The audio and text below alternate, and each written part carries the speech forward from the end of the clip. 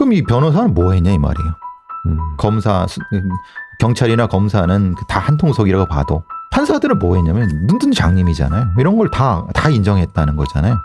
이렇게 엉터리 수사와 재판을 한 게 참 기가 막히죠. 네. 아직 그 공포가 끝나지 않았던 시기였습니다.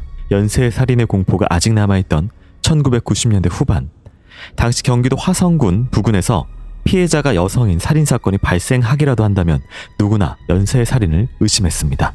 지방 경찰입니다.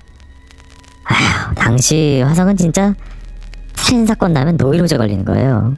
마지막 살인사건이 91년도에 끝났나? 뭐 거긴 여자 살인사건만 나면은 정말 위에서 압박이 엄청 심했어요.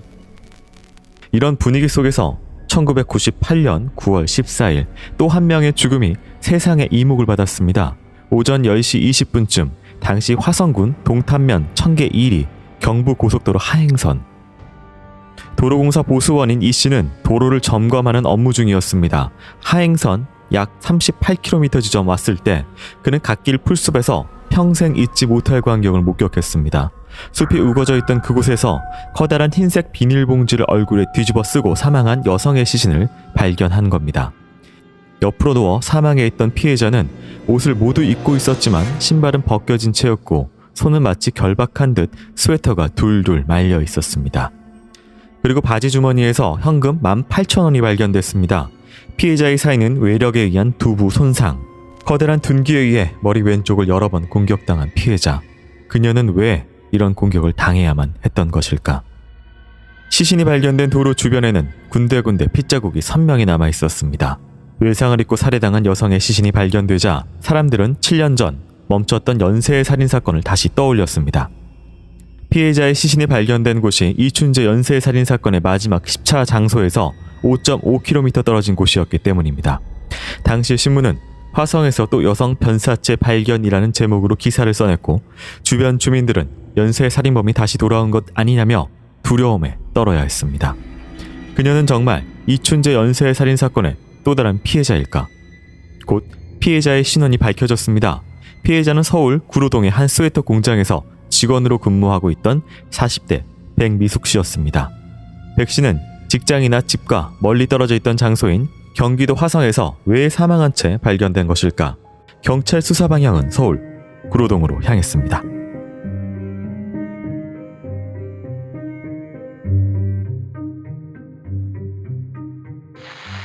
이춘재 연쇄 살인사건의 악몽이 채 끝나기도 전인 1998년 화성 동탄면에서 40대 여성 백미숙 씨가 살해당한 채 발견됐습니다. 왼쪽 머리를 둔기로 심하게 훼손당한 상태였고요. 얼굴에 흰색 비닐봉지 그리고 손에 돌돌 말려있는 스웨터가 있었습니다. 당시 시신이 발견된 장소, 그 다음에 특이한 이런 지점들, 무엇을 할 수가 있을까요? 이제 범죄 현장이 거기인가? 아니면 이거 유기 현장인가? 이거를 구분을 해야 되겠죠. 네. 범행 장소가 다른 곳에 존재한다. 그러면은 여기에 유기를 하려고 했다고 하면 유기가 편리한가? 네. 유기가 실제로 유기 목적에 맞는 공간인가? 이런 것들을 따져봐야 되거든요. 근데 이 시신을 발견한 사람이 도로 보수원이라고 하면은 네. 이게 좀 애매한 부분 같아요. 뭐냐면 도로 보수원이 아침 10시에 발견할 정도라고 하면은 다른 일반 사람들은 발견 못 한다는 거죠. 그럼 도로 보수원이 거기에 의도적으로 들어가서 하지 않는다면은 시간이 지나서 발견한다는 거예요. 네. 그러면 되게 어설프고 엉성해 보이는 유기지만은 사실은 유기의 장소로는 적합한 장소라는 거예요. 그럼 그걸 알고 있는 사람이고 그러면 비닐과 스웨터는 모르겠어요. 손에 감겨져 있던. 왜냐하면 스웨터는 이 사람이 그 스웨터를 입고 있을 수도 있는 거잖아요. 네. 근데 왜 손에 이렇게 감겨 있었을까요? 그러니까 그래서 손에 감겨 있는 이유는 다시 분석해야 되는 것은 이것이 결박 용도인지. 네. 근데 문제는 결박할 이유가 있나요? 손만. 그러니까.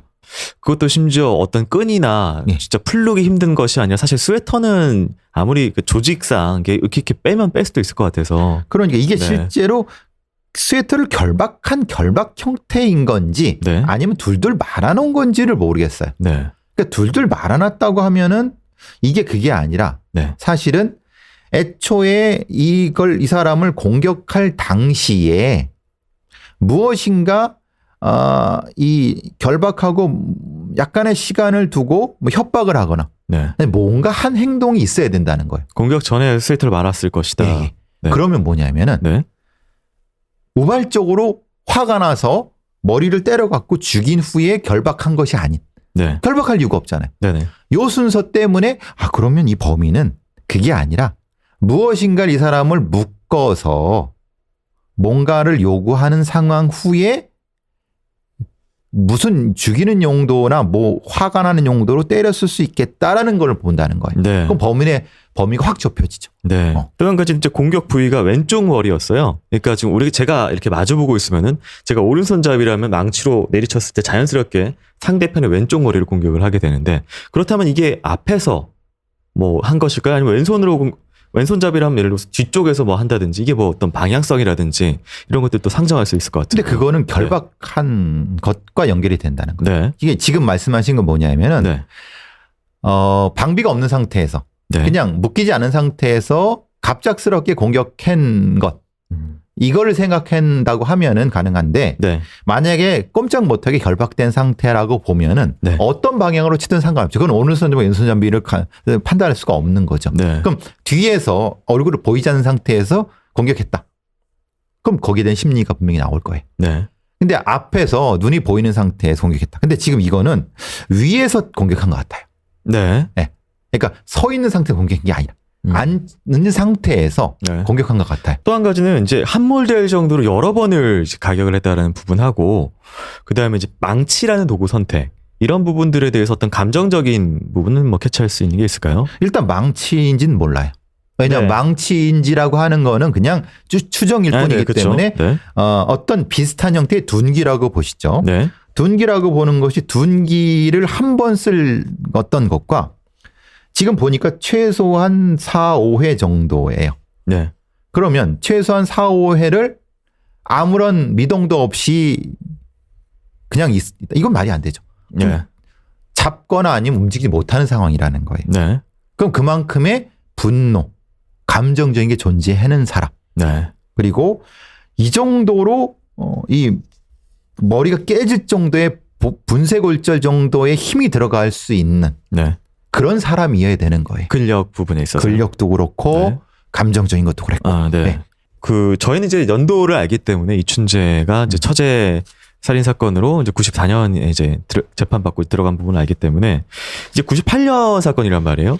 그래서 사실은 지역은 비슷하나 사실은 이제 뭐 당시에는 뭐 추정을 할 수 있습니다. 뭐 연관 짓거나, 당시 사실은 이제 90년대 말 같은 경우에는 뭐만 터지면 사실 뭐 그거랑 연관 짓는, 당시 또 분위기는 어땠을까요? 알레르기 반응이죠. 네.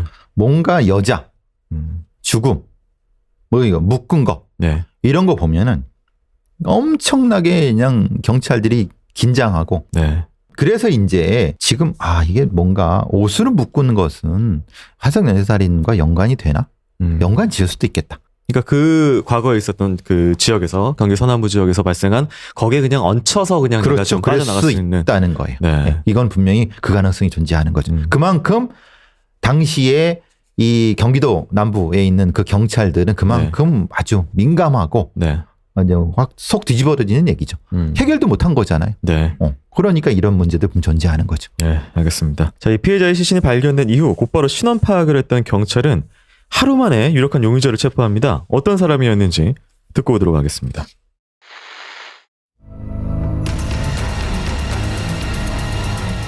경찰은 공장 사장인 김 씨를 인터뷰하는 도중 아주 수상한 점을 발견했습니다. 당시 사건 담당 경찰입니다. 행동하는 게 뭔가 불안한 기색이 딱 있어요. 심증이 뭐 그때 당시는 뭐 증거는 없었지만 처음 딱 대면하는 순간에 뭐 나는 90% 이상 감이 딱 오더라고요. 쟤 맞다. 범인이다. 그리고 경찰의 직감처럼 그는 진술을 하던 도중 거짓말이 들통났습니다. 피해자가 공장에서 퇴근을 한 후 사장은 혼자 공장에 남아 작업을 했다고 했습니다.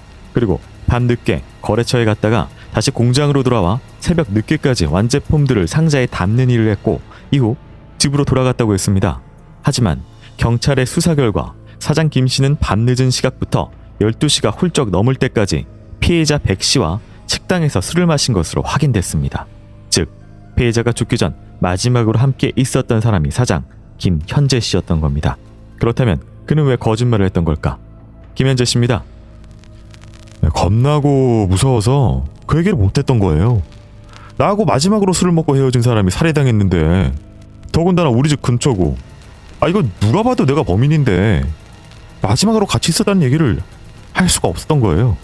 당시 수사 결과에 따르면 범행 도구는 망치로 밝혀졌는데 사장 김 씨의 차에서 범행에 쓰인 것으로 보이는 자루 길이 약 35cm, 망치머리 직경 4cm 크기의 망치를 찾아냈던 겁니다. 경찰은 김 씨를 체포했고 처음엔 범행을 부인하던 김 씨도 살인을 자백했습니다. 살인의 동기는 돈이라고 했습니다. 자백 내용입니다. 백미숙이 빌려간 돈 710만 원을 갚지 않아 공장에서 말다툼을 했고 순간 욱하는 마음에 그녀를 밀쳐 재봉틀에 부딪히게 한 뒤 바닥에 쓰러지자 쇠망치로 머리를 수차례 때려서 살해했습니다. 사장 김 씨가 죄를 자백하면서 그는 살인 및 사체 유기로 기소됐고 곧 재판에 들어갔습니다. 하지만 재판에 들어가자 그는 말을 바꿨습니다. 자신은 살인을 한 적이 없고 경찰의 회유와 강압 때문에 살인 자백을 했다는 겁니다. 그의 말은 사실일까? 당시 그의 신문 내용을 본 전문가의 의견은 엇갈렸습니다. 진짜 억울한 사람이라면 누명을 벗기 위해서 열심히 변명을 하기 마련인데 김 씨는 자기가 가지고 있는 정보를 다 내놓지 않고 진술을 한다는 겁니다. 이건 의심스러운 부분이라고 했습니다. 하지만 다른 전문가는 핵심적인 범행 내용이 진술을 할 때마다 바뀐다는 것이야말로 허위 자백의 전형적인 특징이라고 했습니다.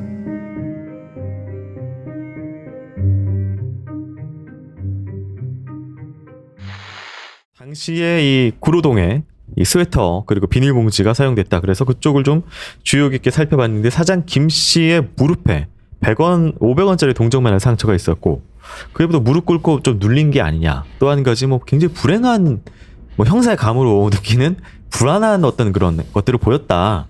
이래가지고 판단을 한 것인데요. 이 어떤 이 수사에 관련돼서 어떻게 보시나요? 형사의 가문 그거는 웃긴 얘기고요. 네. 그거는 말 그대로 그건 이제 논리적 너무 비약인 거고 네. 무릎의 상처라는 게 무슨 의미인지 저는 모르겠어요. 무릎의 상처를 네.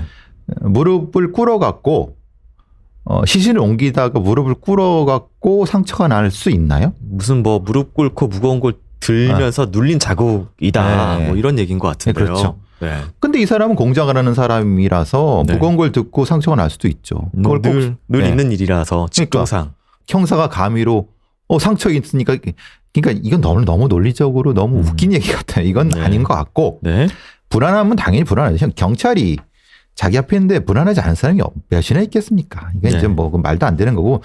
그 진술 내용은 어떻게 보세요? 이게 자기가 돈을 710만 원 안 갚아서 말다툼하다가 욱하는 마음에 밀쳐서 재봉틀에 머리를 부딪히게 한 뒤에 쓰러지자 쇠망치로 때려서 죽인 것이다 하고 현장은 안 맞아요. 네. 지금 상을 보시면은 네. 그 쓰러져야 되잖아요. 네. 쓰러진 여자잖아요. 네. 정신을 잃거나 어쨌든 네. 그거를 쓰러지고 위에서 이렇게 때려야 된단 말이에요. 네. 그게 아니죠. 만약에 망치로 때렸다고 하면 옆머리가 깨져야죠. 네. 그죠? 이거 옆머리 아니잖아요. 네. 위머리잖아요. 네. 현장하고 안 맞는 거예요. 지금 이걸 왜 이렇게 얘기를 했는지는 글쎄 이건 제가 아까 서서 공격당했나 앉아서 공격당했냐 그 얘기를 지금 논란을 하고 있는데 이건 쓰러진 상태에서 공격은 그냥 절대 안 나온단 네. 말이에요. 그러니까 네. 말이 안 된다는 거예요. 그 얘기 그러니까 그래서 자백을 그러니까 710만 원 갖고 뭐 싸웠다가 아니 그럴 수 있죠 그거야. 근데 그 다음 재봉틀에 부딪혀서 쓰러진 상태에서 때렸다고는 건 이건 안 맞는 상가 안 맞아요. 마찬가지로 이제 지금 여기 전문가의 얘기에 따르면 진술 1차 진술, 2차 진술, 3차 진술 이렇게 가는데 어떻게 죽였는지의 핵심 내용이 계속 바뀐다는 거예요. 그래서 이게 전문가 의견에 따르면 이게 바로 허위 자백할 때 일반적으로 나타나는 끼워 자꾸 맞추려고 하다 보니까 계속 이렇게 범행 방법이나 구체적인 어떤 정보가 바뀐다라고 하는데 이건 어떻게 보세요? 이게 이제 옛날에 경찰들이 네. 신문을 할 때 네. 그러니까 이제 흔히 말하는 힌트를 주고 아이디어를 줘갖고 거기에 맞추려고 하는 그런 것을 이 전문가라는 분은 얘기를 한 것 같아요. 네. 사실은 이 사람은 어떻게 죽였는지 모르는데 경찰이 이렇게 해라고 하니까 할 수 있다. 그 얘기를 하는 것 같고 네. 글쎄 말하자면 이 앞에 전문가의 얘기는 저는 동의할 수 없어요. 왜냐하면은 네. 진짜 억울한 사람이면 누명을 벗기 열심히 변명을 한다. 그런 사람도 있죠. 근데 그렇지 않은 사람도 있어요. 왜냐하면 억울한데 말을 들어주지 않으니까 내 걸 다 내놓는다고 생각하는데 그렇지 않은 경우도 있어요. 네. 왜냐하면 내 말도 들어주지 않는데 뭐 굳이 내가 이걸 얘기할 필요가. 그러니까 요거는 이 전문가가 어떤 사람인지 모르겠지만 이거는 좀 타당성이 떨어지는 얘기고 네. 뒤에 부분에 대해서는 이 계속 그 거짓말을 하는 그러니까 말하자면 진술이 바뀐다는 것은 다른 어떤 이유를 찾아봐야 되겠죠. 또 한 가지는 이제 김 씨의 말에 따르면은 경찰이 야, 너 이거 잘못하면 큰일 난다. 우리한테 협조해. 네가 자수한 것처럼 해서 최대한 형량 줄여야지. 왜 애들 생각 안 할 거야? 애들 어린데? 이런 식으로 회유하고 뭐 말을 듣지 않자 발로 걷어차고 주먹으로 때리고 이렇게 폭행도 했다고 해요. 그래서 3일 동안 잠을 재우지 않고 물도 못 먹게 한 이런 가혹행위들을 했다고 하는데 이에 대해서 또 경찰은 무슨 말도 안 되는 소리를 하냐. 폭력 사건도 아니고 우리가 무슨 살인 사건을 뭐 이런 걸로 조작을 하냐라고 얘기를 했다고 하는데 굉장히 놀랍게도 이 김 씨에게 자백을 강요하고 가혹행위를 했던 이 수사팀 반장이 이춘재 8차 사건, 그 문제가 됐던 그 사건에서 윤 씨에게 가혹행위를 했던 그 경찰 중에 한 명인 장 씨라고 합니다. 장형사죠. 네. 예, 윤 씨한테 장형사가 많이 네. 때리고 폭행했다. 그래서 이제 이 뭐 문제가 됐던 재심 거고. 위반에. 예. 그죠. 동일 인물이기 때문에 사실 이거에 김현재 씨의 주장을 허투루 넘길 수 없는 이유가 또 당시의 상황은 네. 충분히 가혹행위했을 수 있죠. 네. 이건 뭐 안 봐도 뻔한 거고 네. 장형사가 지금 뭐라고 해도 사실은 본인은 부인할 수 없는 걸 거예요. 그러니까 때리지 않았다 하더라도 압박 진술, 네. 압력을 넣고 분명히 증거도 없는 상태에서 그랬을 가능성은 높죠. 저희 당시 경찰은 김 씨의 차에서 찾아낸 망치와 피의자 머리에 난 상처의 모양이 일치한다면서 김 씨 유죄 확신을 하고요. 하지만 김 씨는 경찰이 내세운 증거 다 거짓이라면서 맞섰는데 피해자의 시신이 발견되기 전날로 돌아가서 처음부터 사건 다시 되짚어 보도록 하겠습니다.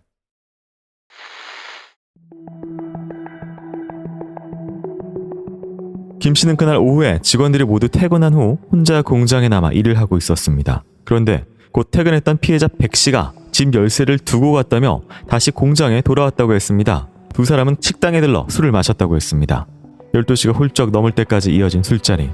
경찰은 이 과정에서 싸움이 시작됐고 이후 공장으로 자리를 옮겨와 계속 싸우다 거기서 살인이 벌어졌다고 추측했습니다. 하지만 김 씨는 자신이 피해자 백 씨를 죽일 이유가 없다고 했습니다. 백 씨는 공장 안의 모든 기계를 다 다룰 수 있는 사람이라고 했습니다. 봉제 기계나 재봉 기계도 다룰 줄 알았고 미싱도 할 수 있다고 했습니다. 자신이 고작 710만 원 때문에 공장에 꼭 필요한 직원을 살해했겠냐며 반문했습니다. 하지만 경찰은 김 씨에게 자백을 받을 당시 결정적인 증거를 내밀었습니다. 먼저 시신의 머리에 쓰여있던 흰색 비닐봉지에서 김 씨의 지문이 나왔다는 겁니다. 김 씨는 당시 경찰이 했던 말을 생생히 기억하고 있었습니다. 김현재 씨입니다. 근데 그 비닐봉지 조사를 우리나라 국과서에서는 못해서 일본에 보내서 일본에서 기록이 왔다는 거예요. 경찰들한테 계속 시달림을 받는데 당신 공장에서 백씨 피도 나오고 비닐봉지에서 지문도 나오고 빠져나갈 길 없다. 근데 나중에 보니까 감정 결과는 11월 22일에 넘어서 나왔어요. 경찰이 김 씨에게 이야기했던 지문이나 혈흔 감정 결과는 그가 체포됐던 당시엔 나오지 않았던 겁니다. 김 씨가 구속된 지 13일이 지나서야 나온 감정 결과. 또한 경찰의 말과 달리 비닐봉지에선 김 씨의 지문이 발견되지 않았습니다. 경찰은 공장 안의 장판과 수도가에 있던 하수구, 아이스박스, 벽면 등에서 혈흔을 채취해 국과수에 감정을 의뢰했습니다. 그리고 수도가의 하수구에서 백 씨의 혈흔이 나왔습니다. 그렇다면 수도가에서 왜 백 씨의 혈흔이 나왔던 것일까? 김 씨는 재봉틀과 오버로크를 하는 사람들은 손을 수시로 다친다며 그럴 땐 원단 짜투리로 피를 맞거나 조금 심하면 화장실에 가서 씻고 와 밴드를 붙이고 다시 일한다고 했습니다. 경찰이 살인사건 현장이라고 주장한 공장 안의 혈흔 자국은 혈액형도 판정 불능이었습니다. 전문가는 이것이 수상하다고 했습니다. 쓰러진 사람의 머리를 망치로 내리칠 때는 사방으로 튀는 피의 양이 상당하다는 겁니다. 그걸 짧은 시간 안에 누미롤 반응이 없을 만큼 청소하기에는 무리라고 했습니다. 게다가 김 씨와 싸우던 백 씨가 최초로 머리를 부딪혔다고 진술한 재봉틀은 무슨 일인지 증거로 채택되지도 않았습니다.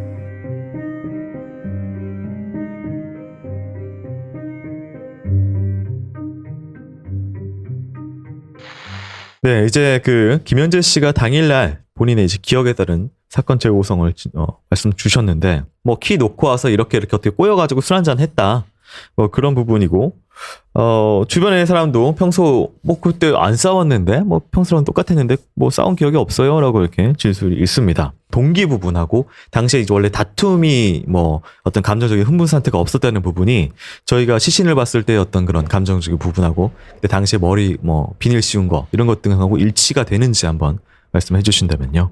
그러니까 지금 김 사장이 네. 김현대 사장이 백 씨에 대해서 동기가 없잖아요. 네, 살해할 동기. 예, 710만 원을 받아야 되는 거잖아요. 네, 백 씨가 줘야 되는 거죠. 네, 근데 김 씨는 사장이잖아요. 네, 그럼 710만 원이 큰 돈일 수도 있지만 아니 안 주면은 월급을 안 주면 되지. 네, 그 월급을 까는 비리잖아요. 쉽게 네네. 말하면. 그러니까 이게 채무라고 하는 것이 이게 좀 애매한 부분이에요. 그렇지만은 채무를 710만 원이 큰 돈이긴 하지만은 그걸 가지고 네, 갈등을 일으킬 만한 것이 있었느냐 평소에. 네, 근데 그러기는 아닌 것 같아요. 왜냐하면 이 사람 같은 경우는 아마 전문 기술자 같아요. 네, 그러면 월급이 적어도 뭐 지금으로 와서는 100에서 200 사이 정도 전문 기술자니까 그러면 서너 달만 하면 대충 깔 수 있는 거란 말이에요. 근데 그거 가지고 멱살잡이를 하고 예를 들면 이 둔기로 머리가 깨질 정도로 에이 이거는 말이 안 되죠. 서로 이 감정이 올라가는 상태의 갈등 살인 이것도 아니에요. 네. 그러면 뭐 도대체 왜 이 둘 사이 갈등이 있다고 판단한 건지 모르겠어요. 자, 그리고 또 한 가지 자백을 해라라고 하면서 야, 너, 당신 지문 피 뭐 다 나왔다 이렇게 얘기를 하고 한 경찰과 달리 그 당시에는 뭐 그런 게 전혀 국가수사에 맡겨놓지도 않은 상황이고 결과도 안 나온 상황인데 나온 것처럼 속여서 이렇게 했고 심지어 비닐봉지에선 지문 있다고 한 지문도 안 나온 상황. 그걸 압박을 하려고 했던 거죠. 네. 그런데 그렇다 하더라도 명확한 지문에 대한 거나 이런 것들은 그걸 그렇게 거짓말하면 안 되죠. 네. 그러니까 말하자면 여러 가지 압박을 통해서 자백을 받아낼 수는 있지만은 네. 없는 증거를 가지고 있다고 해서 하면 안 되죠. 그 부분은. 네. 근데 실제로 비닐봉지에 지문이 나왔느냐? 안 나왔어요. 네. 당시에 비닐봉지 지문을 찾을 수 있는 기술은 우리나라에 진짜 없었고 네. 일본에도 있을까 말까 모르겠어요. 제가 알고 있기는 이게 안 나왔거든요. 일본에서 그 갔다 온 것도. 네. 그러면 뭘 가지고 입증한다는 거죠? 이 지금 나오는 여러 뭐 하수구에서의 혈흔이라든가 아니면 뭔가 다른 형태도 사실 의미가 없어요. 네. 왜냐하면 지금 이거는 뭐냐면 이 정도로 심각하게 피가 철철 날 정도의 그 공격 상황인데 네. 그걸 어떻게 이게 가능하겠어요? 누미로이 안 나올 때까지 바로 치운다. 네. 네. 지금 아마 이런 사건이 이거는 이 증거의 축도 안 들어가. 이건 말도 안 되는 거죠. 이거는. 네. 근데 당시에는 이걸 어떻게 이렇게 공소장에 뭐 쓰거나 아니면 이렇게 수사를 했는지 지금 이렇게 했으면 아마 엄청나게 욕을 먹겠죠. 참고로 이 다음날 오전에 김 사장 가족들이 와가지고 공장에서 일을 했기 때문에 본인이 치울 시간은 더더욱 짧았다. 뭐 이런 상황이 있고요. 재봉틀은 왜 안 했을까요? 이거는 그럼 피 묻은 재봉틀이 없었겠죠. 글쎄 이거는 네. 어쨌든 이걸 증거로 제출하려면은 재봉틀에 피가 묻은 재봉틀을 증거로 내야 되는데 뭐 그게 없으면은 못 내는 거니까. 그럼 여기가 범죄 현장이 아니라는 거잖아요. 네. 그럼 여기가 범죄 현장이 아니면 어디가 범죄 현장이죠? 범죄 현장인 걸 입증을 해야죠. 네. 입증을 하려면 입증을 하지 않아도 돼. 제기를 해야죠. 그러니까 네. 제기조차 못한 거잖아요. 네. 그러면은 이거는 아닌데 이런 생각이 들어요. 김 씨는 당시에 경찰 엉터리 수사 계속됐다면서 분통을 터뜨렸는데요. 이후 사건 재판까지 가게 됐는데 그 결과 한번 들어보도록 하겠습니다.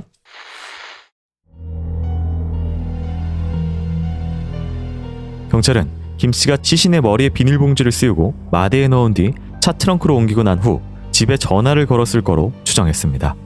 이후 1시간 20분 동안 서울 구로동에서 출발해 경기도 화성에 시신을 유기한 후 다시 수원의 집에 도착했을 거라고 했습니다. 경찰의 추정은 사실일까? 실험 결과 시간이 촉박하긴 하지만 차가 거의 없는 새벽 시간이라 완벽하진 않아도 불가능한 이동 시간은 아니었습니다. 하지만 여전히 김 씨가 어떻게 그 짧은 시간에 핏자국을 완벽하게 닦았는지 경찰은 증명하지 못했습니다. 게다가 경찰은 김 씨가 차 트렁크에 시신을 실었다고 했는데 차 트렁크에선 핏자국 하나 나오지 않았습니다. 그러자 이번엔 김 씨가 시신에 비닐봉지를 씌우고 마대를 넣었기 때문이라고 했습니다. 하지만 시신 유기 장소에서 비닐봉지는 나왔어도 마대는 발견되지 않았습니다. 마대의 존재는 경찰 수사 기록에만 등장했던 겁니다. 경찰은 이후 김 씨에게 가다가 차 안에서 밖으로 던져버렸다는 진술을 받아냈습니다. 그런데 전문가는 고속도로에서 주행하며 조수석 쪽으로 밖으로 버려지지 않는다고 했습니다. 또한 그렇게 버리면 뒤차로 날아가기 때문에 범행을 오히려 알리는 행위라고 했습니다. 경찰이 결정적이라고 내밀었던 증거물인 망치에서도 문제점이 발견됐습니다.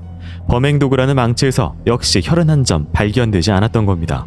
법의학자는 김 씨의 망치처럼 나무로 된 망치를 사용했을 경우 혈흔을 완벽하게 제거하는 게 더 어렵다고 했습니다. 특히 망치 머리와 몸통이 연결되는 틈과 나무 손잡이의 혈흔은 스며들기 때문에 더욱 지우기 어렵다는 겁니다. 게다가 망치가 범행 도구라는 주장에도 의문점이 있다고 했습니다. 법의학자입니다. 망치로 때리면 보통 반원 형태로 상처가 나타나는 게 일반적이에요. 부검 감정서를 보면은 6에서 10cm, 상처 길이가 대부분 쭉쭉 뻗어 있고요. 끝이 뾰족한 형태거든요. 뭐 망치로 때렸다고 보기에는 어렵고요.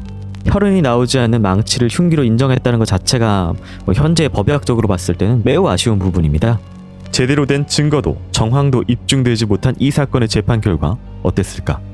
재판부는 김 씨가 경찰에서 진술했던 자백을 토대로 살인 및 사체 유기 혐의의 징역 17년이라는 중형을 선고했습니다.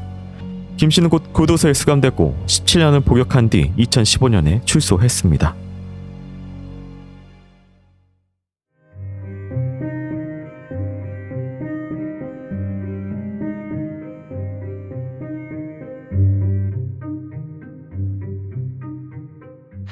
네, 이제 경찰이 주장 그 새벽 1시간 20분 동안 이동하고 피 닦고 했다, 유기하고 다 했다라고 하는데 좀 지도상의 거리도 지금 좀 나오고 물리적으로 이동을 하고 하긴 하는데 사실 내려서 할 수 있는 시간이 유기할 수 있는 시간도 이게 사실 거의 불가능해 보이긴 하는데요, 물리적으로. 만약에 공장에서 죽였으면은 네. 아니 다른 데에 가서 버리지. 왜 하필 자기 집 근처로 싣고 와서 버려요? 그러니까 심리적으로 사실 자기 주거지나 이런 데에서 멀리 시신을 옮기고자 하는 범죄자의 심리가 있지 않습니까? 그렇죠. 네. 아니 그래야지 정상적이죠. 네. 심리적으로. 네. 그리고 이거는 묻는 것도 아니잖아요. 그냥 툭 던져놓은 거잖아요. 네. 그래서 이거는 증거도 없고 동기도 없고 네. 다만 자백이 있는데 그 자백도 명확하지가 않고 이런 수사와 재판이 1998년도에 벌어졌다는 게 참 기가 막힌 노릇이죠. 네. 트렁크에 이제 앞에서 봤다시피 혈흔이 이제 이 내려가지고 유기 현장 근처에도 떨어질 정도면은 트렁크에 이동하는 동안에도 사실은 이제 트렁크에 안 묻을 수가 굉장히 어려워 보이는데. 그렇죠. 김현재 씨 트렁크에는 없었거든요. 혈흔이. 그러니까 그게 그럼 이 변호사는 뭐 했냐 이 말이에요. 경찰이나 검사는 다 한통속이라고 봐도. 네. 그죠? 그러니까 그 변호사의 탄핵이 잘못된 거고, 변론이. 네. 또한 판사들은 뭐 했냐면 눈뜬 장님이잖아요. 이런 걸 다 인정했다는 거잖아요. 네. 글쎄요, 이거를 이렇게 엉터리 수사와 재판을 한 게 참 기가 막히죠. 네. 이 범행 도구 저희가 이제 앞에서 그냥 경찰이 얘기한 둔기 망치라고 계속 상정하면서 이야기를 했는데 이제 현대의 법의학자들이 상은 실제로 봤을 때 망치의 이 동그란 모양의 반원 모양이 끝부분만 찍히는 반원 모양이 아니다. 끝이 뾰족하다. 다른 도구일 것이다라고 추정을 하는데 망치로 이렇게 각이 있잖아요. 네. 때리게 되면은 네. 이 전면으로 맞지 않아요. 네. 모서리로 맞겠죠. 네. 그죠? 왜냐하면 비껴 맞을 가능성이 높으니까. 네. 그러니까 그 상황이라고 하면은 이 상황은 이런 상황이 나올 수가 없죠. 네. 그죠? 근데 왜 그걸 어떤 사람이 이걸 부검했는지 네. 어떤 사람이 판정을 했는지 모르겠어요. 이건 진짜 바보예요, 바보. 이걸 이렇게 이걸 망치라고. 그러니까 거꾸로죠. 사실은 거꾸로일 거예요. 뭐냐면 경찰이 이거 망치 같은 데라고 하면 좀 덜 떨어진 부검이나 이런 사람들이 그냥 그대로 받아들인 경우 당신은 그랬을 가능성이 높아요. 당시에는. 이 김 씨 교도소에서 억울함 계속 주장을 했고 2013년에 재심 신청했지만 기각당했고요. 이후 강압 수사를 한 형사들 고발했지만 공소시효 지났다고 받아들여지지 않았고 결국 17년을 그냥 살았습니다. 17년 다 살고 출소 2015년에 한 이후에 2019년에 다시 재심을 신청을 했는데요. 하지만 올해 2월에 김 씨를 무죄로 볼 증거가 부족하다면서 재심도 기각당합니다. 네. 이거 사실 저희가 지금 분석하면서 보기에는 전혀 이제 이루어지기 어려워 불가능한 김 씨의 범죄인데 재심도 결국 안 되는 상황이라서. 그러니까 이제 문제는 네. 재심이라고 하는 것 자체도 결국은 판사들이 보는 거죠. 네. 근데 문제는 재심이 받아들이지 않는 거는 자기네들 선배가 했기 때문에 네. 선배 법관들이 했기 때문에 그거를 뒤엎으려고 하면 진짜 재심은 어린아이에서 어렵거든요. 네. 왜냐하면 당시의 증거가 당시의 재판이 증거 중심으로 하지 않았기 때문에 그걸 인정하는 꼴이잖아요. 네. 이건 이런 엉터리 수사와 재판은 참 대한민국 이 범죄 수사의 수치죠, 수치. 이건 진짜. 당시 재심 변호사 중 한 명인 최정규 변호사가 재심 청구 당시 언론사에 이런 사설을 썼습니다. 무조건 무죄를 선고해달라고 떼쓰는 것이 아니다. 다시 재판을 열어 그 당시 조사했던 장 반장을 증인으로 세우고 강압 수사했는지 물어볼 기회는 주어져야 한다.